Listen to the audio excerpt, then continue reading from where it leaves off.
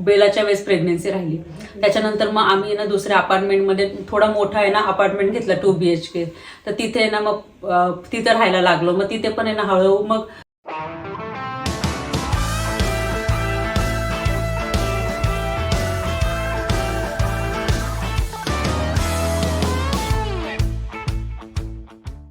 नमस्कार मंडळी, कशा आहात? मजेत आहात ना? नवीन दिवसाची नवीन सुरुवात. तर आजच्या व्हिडिओचा जो टॉपिक आहे ना तर त्यावरनं थोडाफार अंदाज तुम्हाला आला असेल. आणि आजचा जो व्हिडिओ आहे ना तो पूर्ण ऐकताना एकदम पॉझिटिव्ह वेने घ्या, कारण की ही जी जर्नी आहे तर मी शेअर करणार आहे. कारण की भरपूर जणांना या सगळ्या गोष्टी बघताना इझी वाटतं, किंवा सगळ्यांना असं वाटतं, बाहेरच्या जे देशात जे लोक राहतात ना तर ते त्यांचं सगळे जे घरं गाड्या बघितलं त्यांना असं वाटतं यांची लाईफ किती सेट आहे, किती छान आहे. पण खरंच तसं आहे का? तर तसं नाहीये. म्हणून हा व्हिडिओ मला असं वाटतं बघितल्यानंतर भरपूर जणांना हेल्प पण होऊ शकते. का बाहेरच्या देशात जेव्हा तुम्ही जातात तर स्ट्रगल काय असतं, किती सॅक्रिफाईस करावं लागतात गोष्टी, किती गोष्टी मॅनेज कराव्या लागतात, नवरा बायकोला सगळ्या गोष्टी कसं हँडल करावं लागतं. तर आय होप हा व्हिडिओ बघून ना तुम्हाला नक्कीच हेल्प होईल.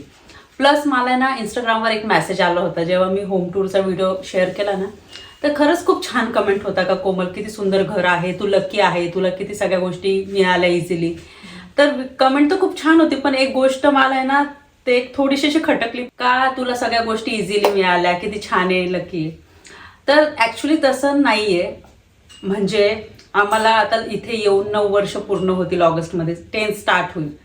तर एवढ्या वर्ष आम्ही इथे राहत आहोत आणि हे सगळं इझिली आम्हाला मिळालेलं नाहीये.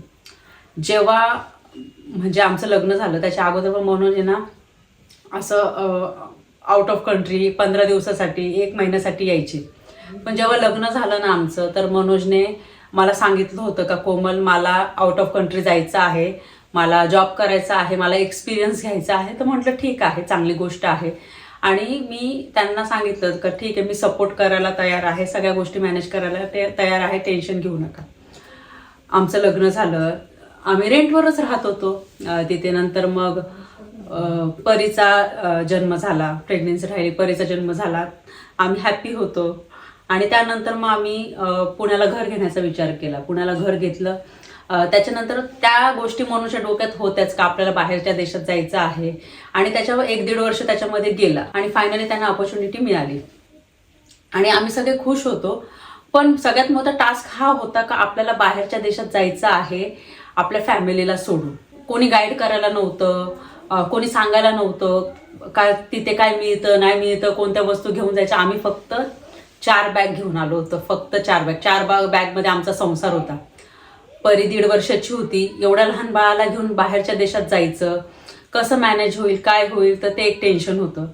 आणि त्या 4 बॅगमध्ये मनोजचे कपडे, माझे कपडे, परीचे कपडे, तिची औषधं, थोडी भांडी, किराणा, हे सगळं घेऊन आले होते. आणि माझ्या मनाला वाटलं का हे घेऊन जाऊ, कारण की ॲटलिस्ट सुरुवातीचे 3-4 दिवस, आठवडाभर तरी स्वयंपाक झाला पाहिजे. साधा वरण भाताचा कुकर झाला ना तरी पण इनफ आहे. मग आम्ही इथे आलो. इथे आल्याच्या नंतर ना खूप गोष्टी ना अशा शॉक लागण्यासारख्या होत्या. म्हणजे सुरुवात इथे तर लोक दिसतच नाही, तुम्हाला माहिती आहे, लोक नव्हते. लँग्वेज वेगळी होती, लक्झमबर्गिश लँग्वेज बोलायचे, फ्रेंच लँग्वेज बोलायचे, जर्मन बोलायचे, इंग्लिशमध्ये बोलायला नव्हतं, कारण की ती त्यांची लँग्वेज नाहीये. UK US ला तुम्हाला माहिती आहे कम्युनिकेशन इंग्लिशमध्ये होतं.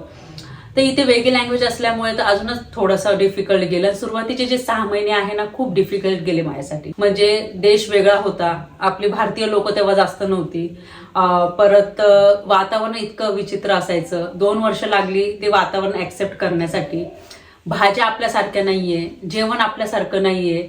सुरुवातीला तर काहीच अवेलेबल नसायचं. आता ही 9 वर्षापूर्वीची गोष्ट सांगायची. आता तरी ना युट्यूब चॅनल एवढंच आहे तर आपल्याला बाहेरच्या देशाच्या सगळ्या गोष्टी कळतात, माहिती मिळते का किराणा कसं आहे, कसं काय. तेव्हा तर कोणी गाईड करायला नव्हतं, कोणी सांगायला नव्हतं. जसं वाटलं तसं आम्ही सगळं मॅनेज केलं आणि 4 बॅग घेऊन आम्ही इथे आलो. सुरुवातीला आम्ही स्टुडिओ अपार्टमेंटमध्ये राहिलो. आणि जेव्हा तुम्ही आपला देश सोडून इथे येता ना, आपल्या भारतामध्ये भले तुम्ही मोठ्या घरात राहा, सगळ्या सुखसोयी असेल, तरी जेव्हा तुम्ही इथे येतात ना तेव्हा तुम्हाला शून्यापासून सुरुवात करावी लागते. तर आम्ही मोजकेच भांडे आणले होते. स्टुडिओ अपार्टमेंट एकदम छोटं होतं. तर मग हळूहळू भांडी गोळा करायला सुरुवात केली. म्हणजे एक भांडी घेत होतो. त्याच्यानंतर मग किराण्याचे डब्बे, मग हळूहळू सुरुवात झाली, पण त्याच्यामध्ये पण आम्ही ना एन्जॉय करत होतो, आम्ही खुश होत होतो. का नाही आपण आहे ना शून्यापासून का सुरुवात करत जरी असलो ना, शून्यापासून सुरुवात जरी करत असलो ना, तरी पण आहे ना आपण जे स्वप्न बघितलं होतं इथे येण्याचं ते ऍटलिस्ट आहे ना पूर्ण झालेलं आहे. आणि एवढ्या वर्ष राहायचं आहे हा आम्ही विचार केलाच नव्हता. आम्ही विचार केला 2-3 वर्ष राहू, एक्सपिरियन्स घेऊ, म्हणून सांगितलं ना आपण जाऊ परत आपल्या भारतामध्ये. पण आयुष्यामध्ये तुम्हाला माहिती आहे आपण जेव्हा कष्ट करतो, मेहनत करतो आणि हळूहळू प्रगती होते. मग जशी जशी प्रगती होत गेली तसं तसं आहे ना आमचं थोडं थोडं ना चेंज व्हायला लागलं. सुरुवातीला तुम्ही जेव्हा येतात ना तुम्ही ना खूप काटकसर करतात, कारण की आपण जेव्हा भारतामध्ये असतो ना तेव्हा आपल्याला आपले इंडियन रुपीज खर्च करण्याची सवय असते. इथे आल्याच्या नंतर युरोजमध्ये तुम्हाला खर्च करावे लागतात ना, आपण कंपॅरिझन करतो कारण की आपल्याला सवय नसते एवढं महाग सगळं घेण्याची. आपण तेव्हा 70-75चा रेट होता, म्हणजे 70-75 1 युरो म्हणजे आपले इंडियन रुपीजमध्ये 70-75 रुपये. तर बापरे एवढी महाग वस्तू. तर सुरुवातीचे 1-2 वर्ष ना काटकसरीमध्ये निघून जातात. खूप काटकसर करत होतो आम्ही आणि सेव्हिंग करत होतो. आणि त्यानंतर मग बेलाच्या वेळेस प्रेग्नेन्सी राहिली. त्याच्यानंतर मग आम्ही ना दुसऱ्या अपार्टमेंटमध्ये थोडा मोठा आहे ना अपार्टमेंट घेतला 2 BHK. तर तिथे ना मग तिथे राहायला लागलो. मग तिथे पण आहे ना हळूहळू मग तिथे स्टुडिओ अपार्टमेंटमध्ये राहत होतं, तिथं फर्निचर वगैरे होतं म्हणून घ्यायची गरज पडली नाही. पण जेव्हा 2 BHK अपार्टमेंटमध्ये गेलो तेव्हा मग एक एक वस्तू घ्यायला लागलो. टीव्ही घ्यायला लागलो, परत फर्निचर घ्यायला लागलो, भांडी अजून थोडीशी एक्स्ट्रा घ्यायला लागलो. 6 महिने तर टीव्ही मधले आपले इंडियन चॅनलच नव्हते, इथले चॅनल्स होते. मला टीव्ही सुद्धा बघायला मिळत नव्हतं, जे असायचं ते मी मोबाईलमध्ये सगळं बघायचे. आणि खूप खूप डिफिकल्ट गेलं मला माझ्यासाठी ना तो जो 1 वर्ष आहे ना खूप डिफिकल्ट गेला माझ्यासाठी, मनूसाठी. एक तर फॅमिलीपासून लांब, दुसरी गोष्ट इथे काहीच अवेलेबल नसतं, लँग्वेज वेगळी, वातावरण इतकं डिफिकल्ट होतं, डिप्रेशन सारखं झालं.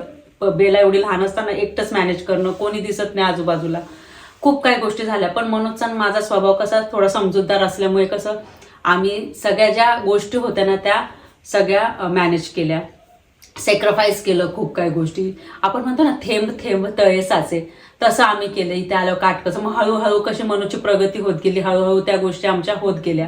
त्याच्यानंतर मग डिलेव्हरी डेट जवळच होती, 2च महिने होते मला बेलाच्या वेळेस. तेव्हा मग मनोजने BMW कार घेतली होती ब्ल्यू कलरची. तुम्ही अगोदरपासून व्हिडिओ बघत असाल तर ते त्या व्हिडिओमध्ये तुम्हाला दिसलं असेल. तर ती गाडी घेतली. मग तेव्हापासून मग मनोजने ठरवलं आता आपल्याला घर घ्यायचं आहे कोमल. मग कोरोनाची सेकंड वेव्ह होती, तर मग त्याच्यानंतर अजूनच डिफिकल्ट झालं, कुठं जाणं नाही येणं नाही. भारतामध्ये पण एकदम क्रिटिकल कंडिशन, इथे सुद्धा सगळं. पण इथे थोडे रूल्स वगैरे फॉलो करत होते. मग ते तसं केलं. कोरोनाची सेकंड वेव्ह असताना आम्ही विचार केला चला आता ना आपण घरासाठी ना बघू शकतो. तर आम्ही मास्क वगैरे लावून आम्ही ना घर वगैरे बघायला जायचो. पण मनोजला हाऊसच घ्यायचं होतं, मनोजला अपार्टमेंट घ्यायचं नव्हतं, कारण की अपार्टमेंटमध्ये कसं रूल्स असतात, जास्त ओढू नाही शकत, किंवा जे खालचं फ्लोअर आहे त्याचा आवाज आला तर मग बाकीचे जे नेबर्स आहेत त्यांना त्रास होऊ शकतो. तसे काही रिस्ट्रिक्शन्स होते, म्हणून मनोजने विचार केला आपण हाऊस घेऊ. तर हाऊस घेतलं. त्याच्यानंतर मग ते सगळं सेट झालं. असं वाटलं नाही आपण जे आपलं जे गोल होतं तर ते आपण पूर्ण केलेलं आहे. पण ते अगोदरचं घर आहे, तुम्हाला माहिती आहे आपलं. तर ते घर इतकं सुंदर पद्धतीने आम्ही गेलं. मनोजची जशी जशी प्रगती होत गेली तसं तसं आम्ही केलं. पण मनोज त्यांच्या कामामध्ये फोकस होतं, पण ते सगळ्या गोष्टी मॅनेज करायला मी होते. जेव्हा तुम्ही बाहेरच्या देशात राहतात ना तर तेव्हा नवरा बायको मिळून तुम्हाला सगळ्या गोष्टी मॅनेज करावं लागतं. नवरा जर त्यांच्या कामामध्ये फोकस असेल तर बायको पूर्ण घर सांभाळते, मुलांना सांभाळते, सगळ्या गोष्टी मॅनेज करते. मग तिथून मग प्रगतीला सुरुवात झाली. मग हळूहळू गोष्टी बदलत गेल्या.